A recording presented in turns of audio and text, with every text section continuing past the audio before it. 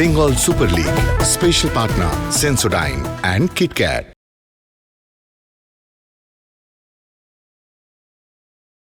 কনকনে শীতে কাঁপতে থাকা পশ্চিমবঙ্গে বেঙ্গল সুপার লিগের অ্যাকশনও কাঁপাকাঁপি পর্যায়ে পৌঁছে গেছে। আজ ম্যাচ নাম্বার 36-এ শৈলেন মান্না স্টেডিয়ামে মুখোমুখি হতে চলেছে হাওড়া হুগলি ওয়ারিয়র্স এবং Kopa Tigers Birbhum.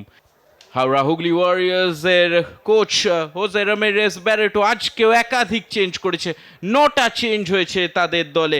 Paulo Cesar, Koustav Dutta, সেলা টুরের মতো প্লেয়ার কিন্তু আজকে স্টার্টিং 11-এ নেই, তারা রয়েছে বেঞ্চে।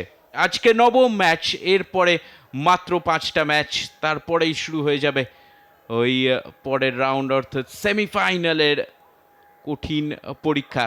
কিন্তু করেছে 4টে চেঞ্জ 4-4-2 ফরমেশনে। মাহান্তর ওপর কিন্তু আবারও নজর থাকবে। পড়ন্ত বেলায় কিক অফ এবং বেঙ্গল সুপার লিগের লিগ টেবিলের টপে ওঠার জন্য বদ্ধপরিকর হাওড়া হুগলি ওয়ারিয়র্স। ডান দিক থেকে একটা বিল্ড আপের চেষ্টায় কোপা টাইগার্স। টাচটা খুব একটা ভালো হয়নি, কিন্তু তার জন্য সেট হয়ে গেছিল তপন হালদার ছিল ওখানে। একটু কঠিন অ্যাঙ্গেল ছিল যদিও ওখান থেকে শট গোলে রাখার জন্য।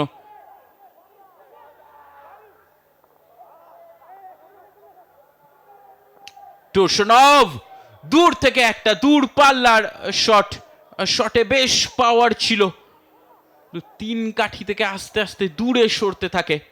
এখানে কিন্তু বলটা জিততে সক্ষম হয় কোপা টাইগার্স এবং তারপরে কুইক একটা দূর থেকে অ্যাটেম্প নিয়ে নিয়েছিল টুরসনভ।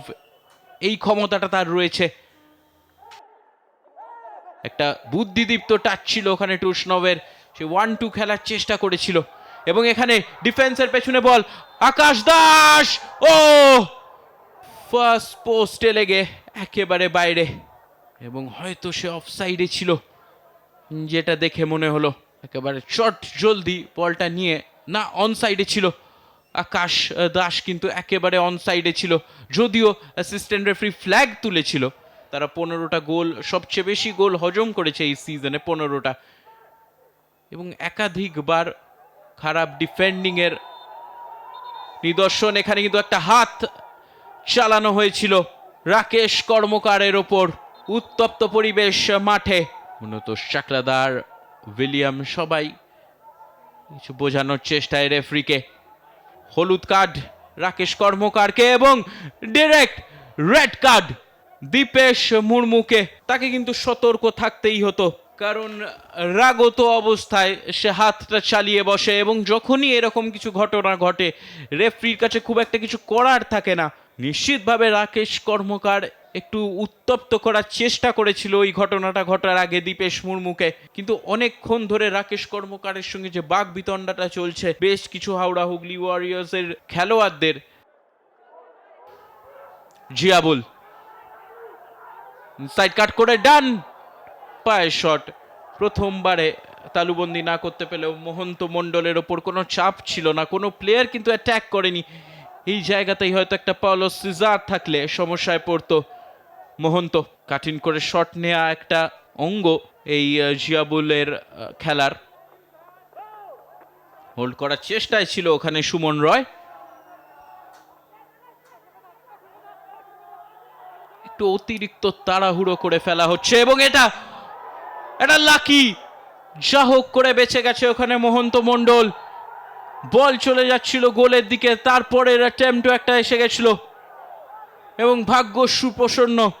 ব্যাক পাস ছিল শুভঙ্করের এবং একেবারে মিস করে বসে মহন্ত। তারপরে জিয়াবুল কুইক চলে এসেছিল, কিন্তু মহন্ত সামনেই ছিল শটটার। হাওড়া হুগলি ওয়ারিয়র্সের ডিফেন্স। টুরসনভ বাপায় একটা অ্যাটেম্পট এবং একটুর জন্য, ইঞ্চির জন্য পোস্টের বাইরে একটু জায়গা খুলে গেছিল, এবং নিজের থ্রোইন থেকেই বল পেয়ে বক্সে প্রবেশ করে একেবারে দ্বিতীয় পোস্টটা টার্গেটও নিয়ে নিয়েছিল টুরসনভ। জিয়াবুল একেবারে মাটিতে লুটিয়ে, এখানে একটা সুযোগ রয়েছে, শটও ছিল ফার্স্ট টাইম এবং সেকেন্ড টাইম। অদ্ভুত মিস অসম্ভব মিস জয়দীপ সিং এর, দুবার অ্যাটেম্প্ট পেল, টান দিক থেকে ক্রস ছিল এবং সেই ক্রসটা সৌরিশের ছিল। প্রথম অ্যাটেম্প্ট ব্লকড, দ্বিতীয় অ্যাটেম্প্ট পুরো একা দাঁড়িয়ে গোলকিপার সৌরিশ এখানে বলটা ঠিক জায়গায় রেখে দিয়েছিল, গোলকিপারের ধরতে পারেনি অভিজিৎ সর্দার প্রথমবারে। আদর্শ তামাং বক্সে বল ভাসাবে, ফ্যাজ পৌঁছে গেছে এবং ফ্যাজ দুরন্ত হেডার, একটু নো ম্যানস ল্যান্ডে পৌঁছে গেছিল গোলকিপার মহন্ত মণ্ডল। আউটিংটা খুব একটা ভালো হয়নি এবং বলে পৌঁছে গেল ডিফেন্ডার ফ্যাজ ইফতিকার খান এবং শেষমেশ ৭৪ মিনিটের মাথায় প্রথম গোল ম্যাচের, হাওড়া হুগলি ওয়ারিয়র্সকে এগিয়ে দিয়েছে ফ্যাজ। সিজনে এটা তার দ্বিতীয় গোল এবং 10 জনে খেলা হাওড়া হুগলি ওয়ারিয়র্স আগুয়ান। ঠিক সময় রানটা করেছিল ফ্যাজ এবং এমন একটা জায়গায় ছিল মহন্ত যে তার আর কিছু করার ছিল না, একেবারে ঠিকভাবে দেখে নিয়েছিল ফ্যাজ। দ্বিতীয়ার্ধের চেঞ্জগুলো কাজে লাগছে জোসে রামিরেজ ব্যারেটোর জন্য। জিয়াবুল ইনসাইড কাট এবং আবারও এই ক্ষেত্রে পেনাল্টি স্পটের দিকে পয়েন্ট করে দিয়েছে রেফারি। জিয়াবুল অনেকক্ষণ ধরে বল পায়ে রেখেছিল, দুটো চ্যালেঞ্জ অতিক্রম করলো। কিছুক্ষণ আগে ফ্যাজ জিয়াবুলকে কিছু বোঝাচ্ছিল, সেই উপদেশ নিয়েই কি কার্যসিদ্ধি করলো জিয়াবুল। এবার কি বেঙ্গল সুপার লিগে তার প্রথম গোল সে পাবে। সামনে মহন্ত, আদর্শ, ও ব্রিলিয়েন্ট, রকেট পেনাল্টি, নিশ্চিত পেনাল্টি, নির্দ্বিধায় আদর্শ তামাং কাঁপিয়ে দিল একেবারে জাল এবং মুহূর্তের মধ্যে খেলার চিত্রনাট্য বদলে গেছে। জিয়াবুল পেনাল্টিটা আদায় করেছিল,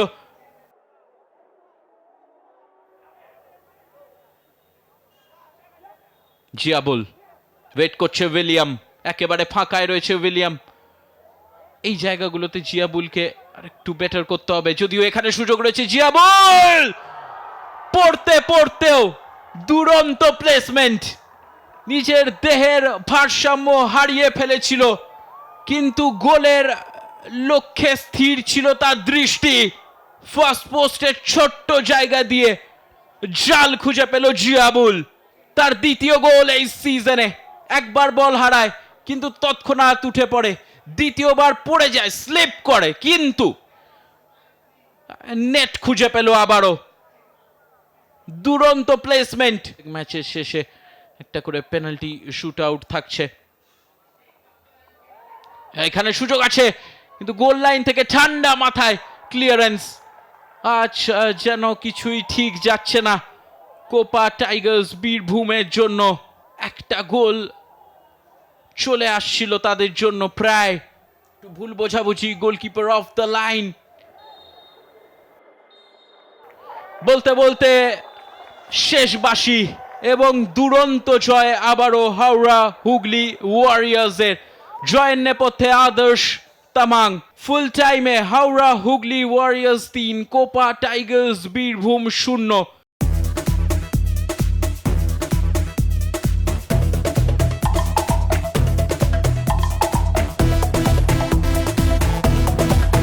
Bengal Super League. Special partner Sensodyne and KitKat.